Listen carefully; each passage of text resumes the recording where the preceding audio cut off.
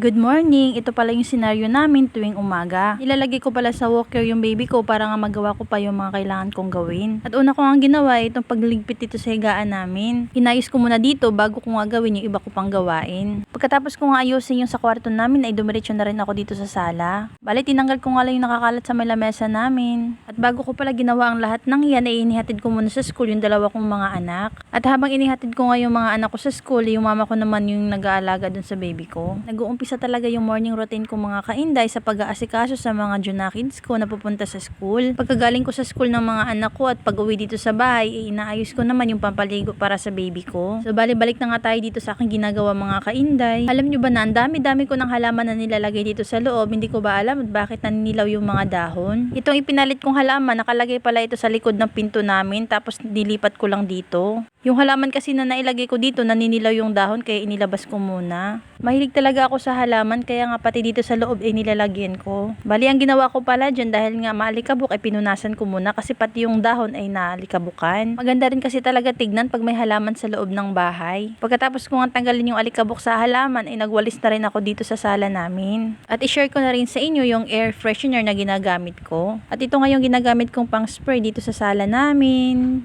Hanggang dito na lang mga kainday. See you in my next video. Salamat!